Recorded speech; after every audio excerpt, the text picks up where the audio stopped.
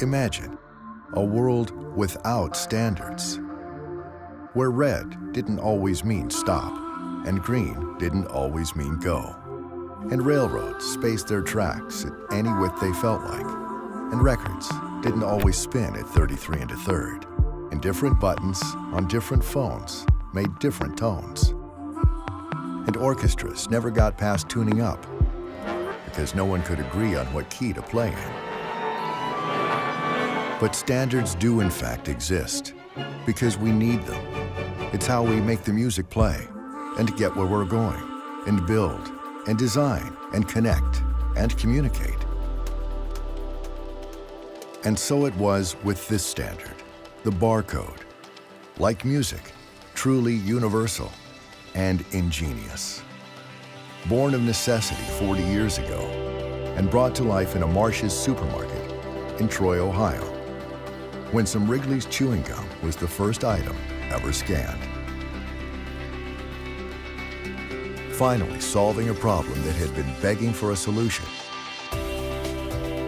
in grocery stores everywhere. So it's like magic. By magic, you were reading an optical symbol. There was a database which was new, and you were automatically adding to the bill. It's hard to imagine that, but 40 years ago, this was just sheer magic. It utterly transformed the way we do business. All of a sudden, machines could read product information. Back then, only food manufacturing and grocery businesses were thinking hard about the barcode, and only a small number of them were thinking ahead. One of the forward-thinking companies, Wegmans, the family firm founded in 1916, now run by Danny Wegman.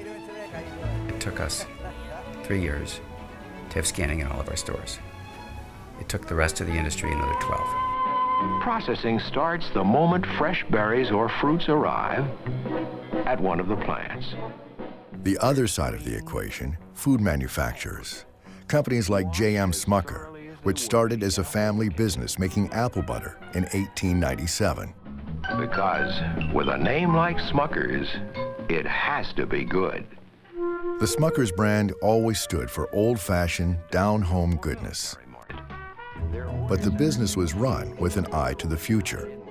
Tim Smucker was in charge of marketing in the 70s, and barcodes gave even him a few worries.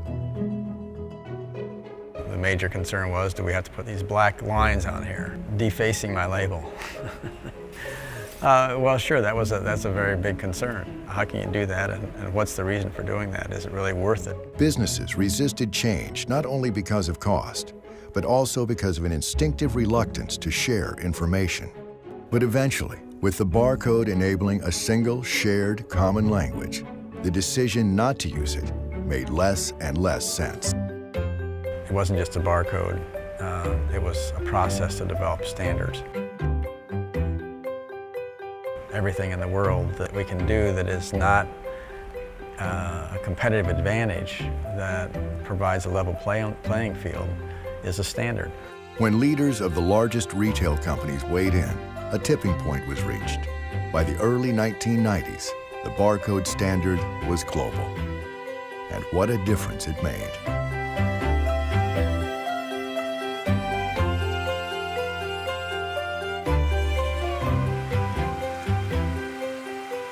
Barcodes 15 years ago, game over. They won. The standard is worldwide. Billions, something between 5 and 10 billion tags are scanned daily. This is one of the most successful standards in history.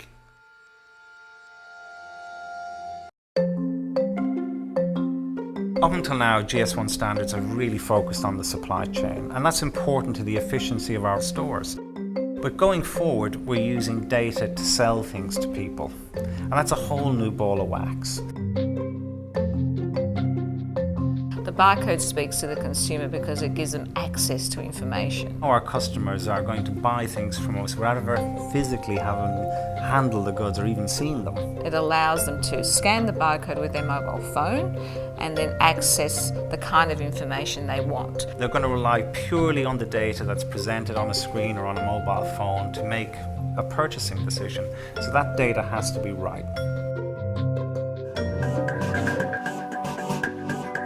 It's a long way from what anyone could have imagined when scanners first appeared in supermarkets, and it's about to go even further.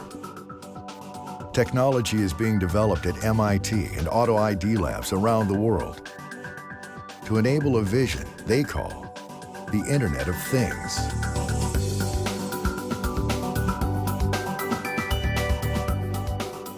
So for the first time, the information world and the physical world can be coupled at a level that we could not even have imagined a few years ago. And the examples of that could be something as profound as identifying whether a product is a counterfeit or real. It could be something as mundane as counting the number of items in a shelf in a retail store, or something as profound as figuring out which batch of wheat that product came from. It is going to be the bloodstream, the information bloodstream of the physical world.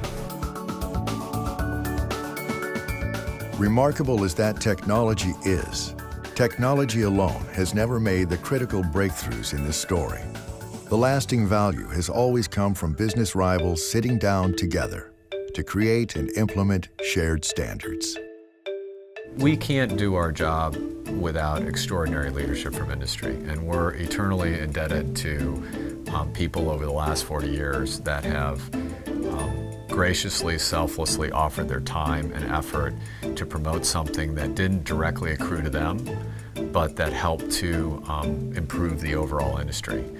It's a vision Joseph Woodland could never have imagined in 1948, sitting on a Florida beach where he first dreamt up the idea for the barcode.